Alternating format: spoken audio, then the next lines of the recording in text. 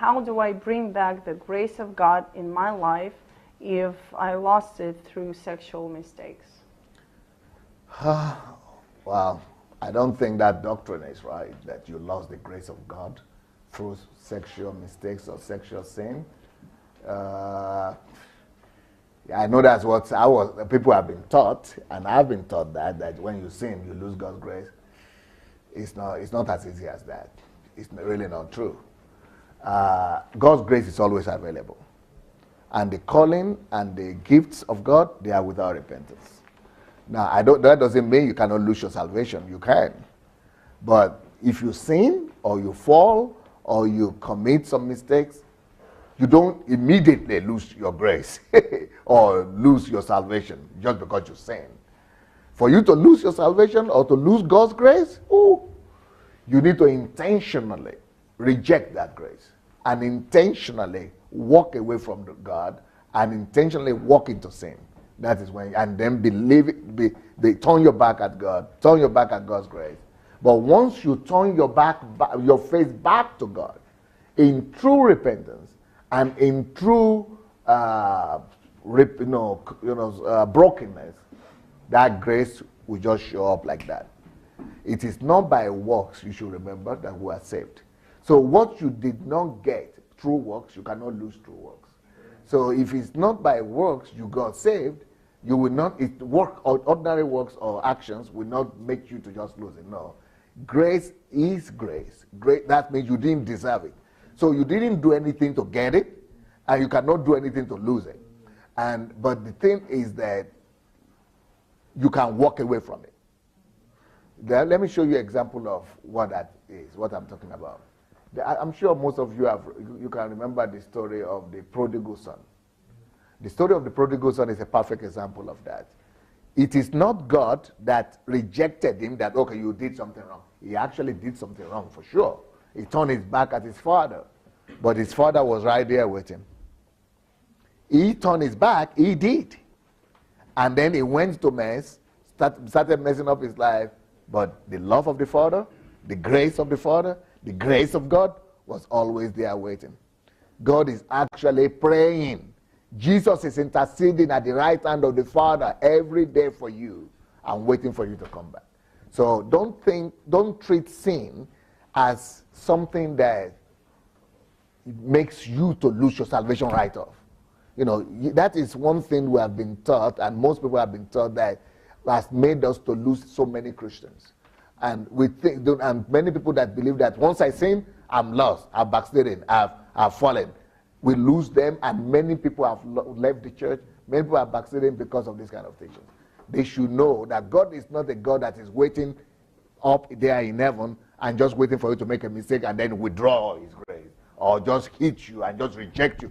What kind of God are you serving? Where do you get that kind of picture of God from? God is totally different. God is relaxed. God is love. Let me remind you that. Hey, relax. God is love first. Come to think about what love is.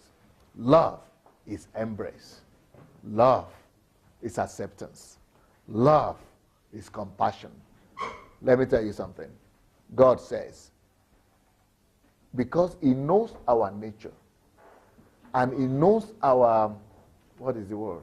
Our binding, or our, our frame. He knows our frame, that we are dust. So he understands. God understands more than you could ever imagine. Even me, I think I am a kind of pastor that is understanding, that tries to understand.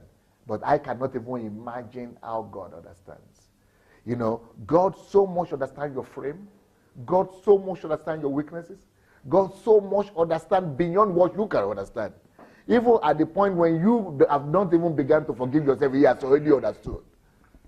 God is not a tyrant. God is not a dictator. God is not some person just waiting to get it on your back. No. He gives you first understanding. Number 2, he gives you acceptance. Number 3, he gives you embrace, love, compassion. Never see Never look at sin as something you do that takes you away from him. It should be something you do that takes you to him.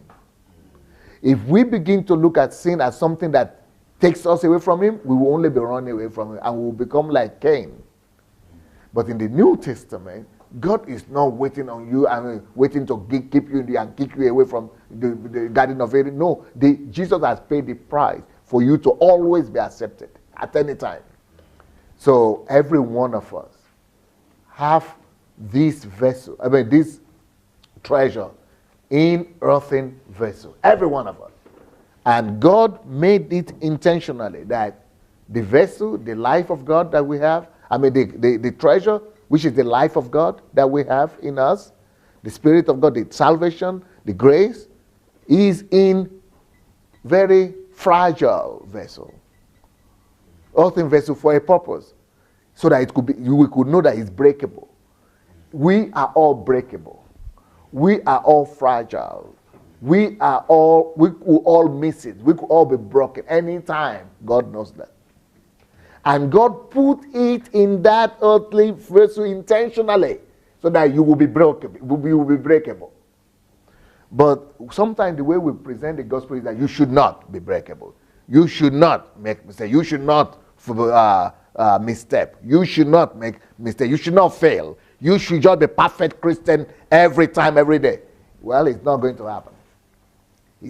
Not to me. I'm not going to be a perfect Christian every day, and nobody else. Not your pastor, not your bishop, not your apostle, not your GO. Nobody else is perfect. He understands that. And it's time for you to begin to understand that.